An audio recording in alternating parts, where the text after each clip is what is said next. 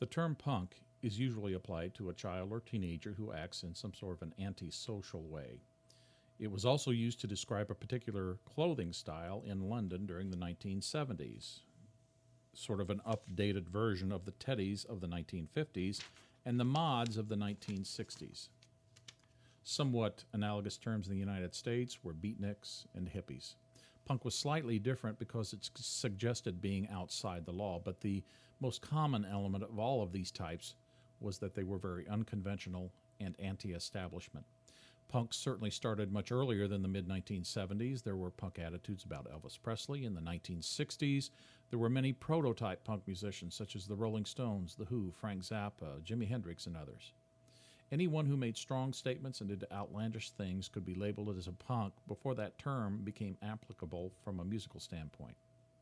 But these musicians were incipient punkers during the 1960s. They were not thoroughly dedicated to punk, which is simply a part of their entertainment package. Punk was a form of rebellion. Like other styles of rock, it also turned against other musical forms of the 1970s. Some critics saw it as an artistic movement. Punk was named after the English clothing style, but the first real punk musician was a guy by the name of Iggy Pop. It's interesting that Iggy Pop and the Stooges, MC5, John Cale, and the Velvet Underground were all groups performing at the end of the 1960s and then reemerged in the 1970s as new groups. Punk was considered the third rock revolution, the formation of rock and roll itself in 1954. The Beatles started the second one in 1964, and the punk movement starting in 1976. The punk movement was clearly as cultural as it was purely musical. It was anarchic, against society, against everything in an established order. It was very nihilistic or destructive, pessimistic, with a bleak outlook on life. It stood for the frustration of British youth, many of whom were out of work. The punk culture was really a British phenomena.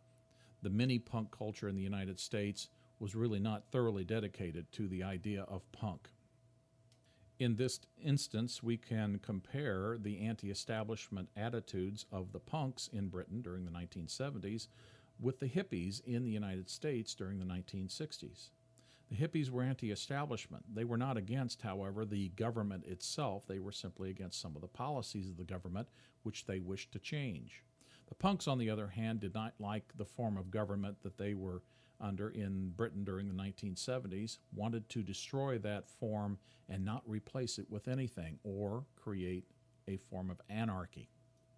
Musically, punk was a reaction against the boredom of rock, and in particular the boredom of American rock. Early punk bands clearly opposed the commercialization of rock, disco, art rock, jazz rock, or everything rock had done during the 1970s in the United States. They wished to take the rock and roll back to the type in the 50s and to accurately communicate what they felt was reality. Punk philosophy is Dadaist or anti-art. In a sense, punk bands were actually disposable. Punkers often formed groups in order to record. They did not really practice very much because technique was not a part of the point they were trying to make. They were political, had a very definite message. Their performance style reflected that.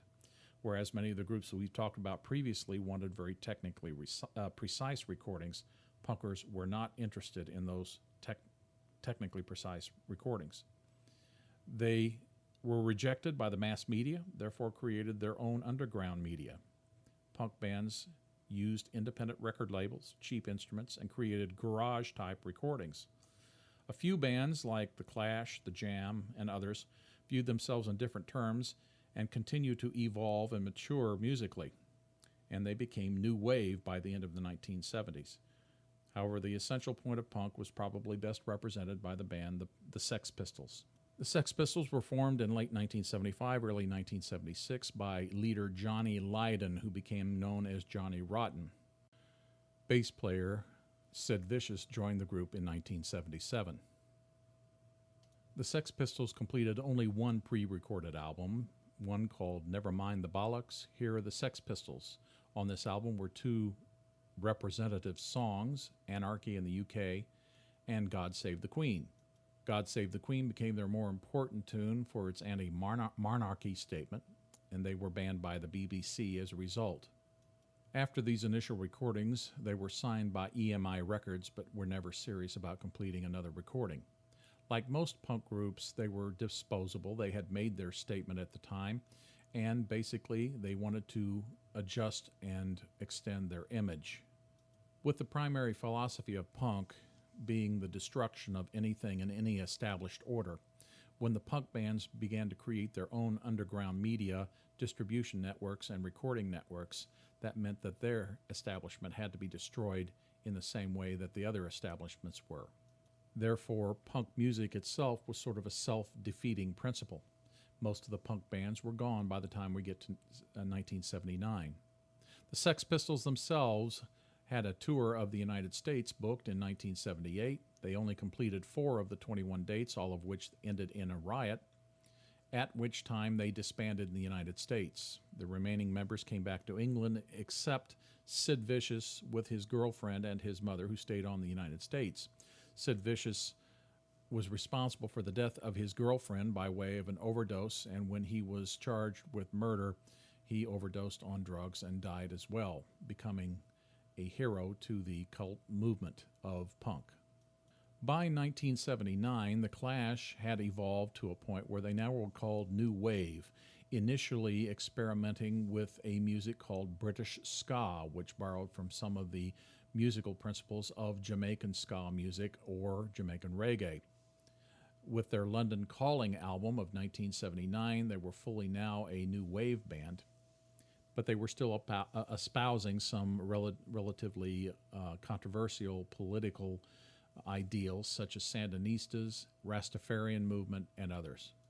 As far as the reggae influence on the music in the late 1970s in Britain, we need to mention that the homegrown folk music of Jamaica from the 1920s was called mento.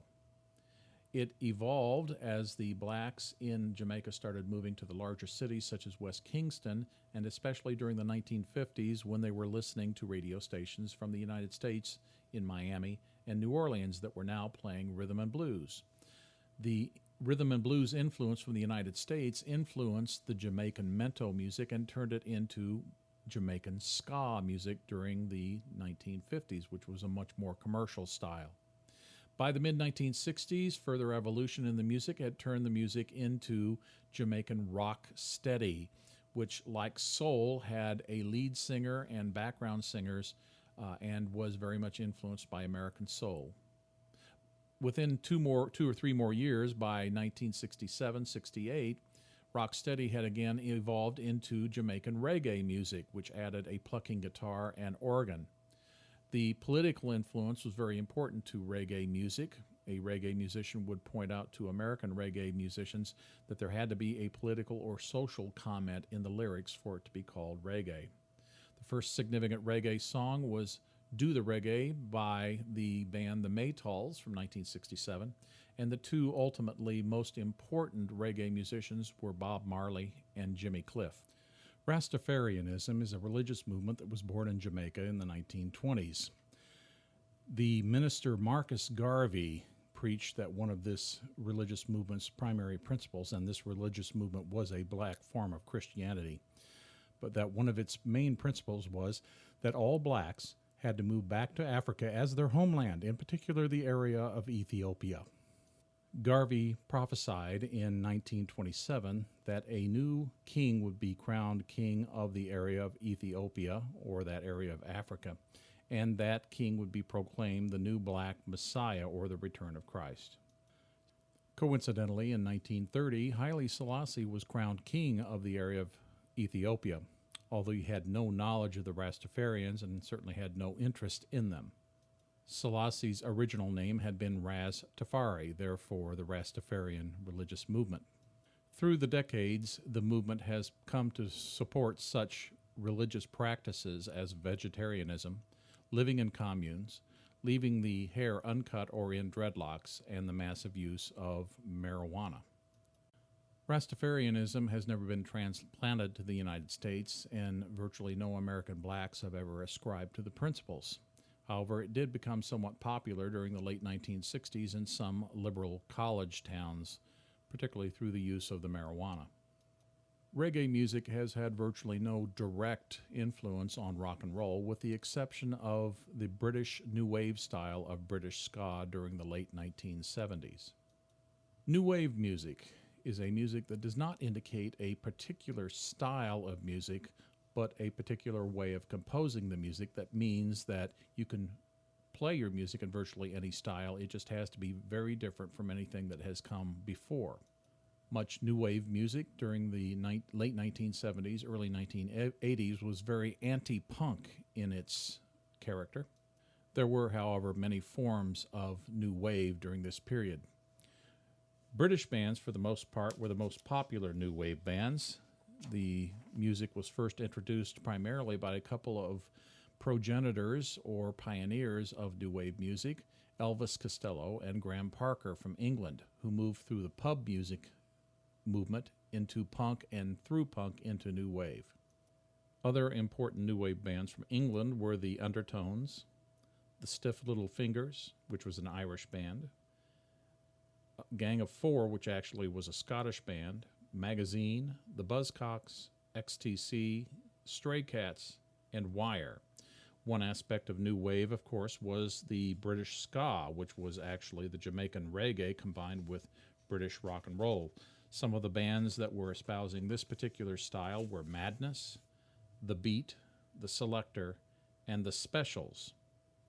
Probably the best American new wave group was considered the Talking Heads with its leader David Byrne. Other American new wave groups were the B-52s, The Cars, Blondie, and Devo. The early 1980s saw a slow shift away from new wave. Some important subcategories began to appear, such as the New Romantics, represented by bands such as Visage and Ultravox. Also, there was the Blitz, which was essentially a disco or new wave music with a very electric and anti-punk character. It was represented by groups such as Flock of Seagulls, Men at Work, Soft Cell, and the German band Kraftwerk. There was also the Blue Wave, a combination of blues and new wave, represented by the Fabulous Thunderbirds from Texas, the Blasters from California, and the Stray Cats, originally from New York, then London, then back to New York. By 1984, however, we saw a clear dominance of the musical style defined as the Blitz, although it was no longer referred to by that name. In 1984, the term technopop or technofunk was the standard way of defining what was happening at the time. The big names during that period were Prince, Michael Jackson, Lionel Richie, Madonna, and the true techno-pop artist Cyndi Lauper. This music also was heavily influenced by the video revolution started by MTV, as it was incorporated in 1982 and went online fully by 1984. Technopop, with its very soundbite-oriented music, corresponded very closely with the video bite type of videos that became very popular on MTV.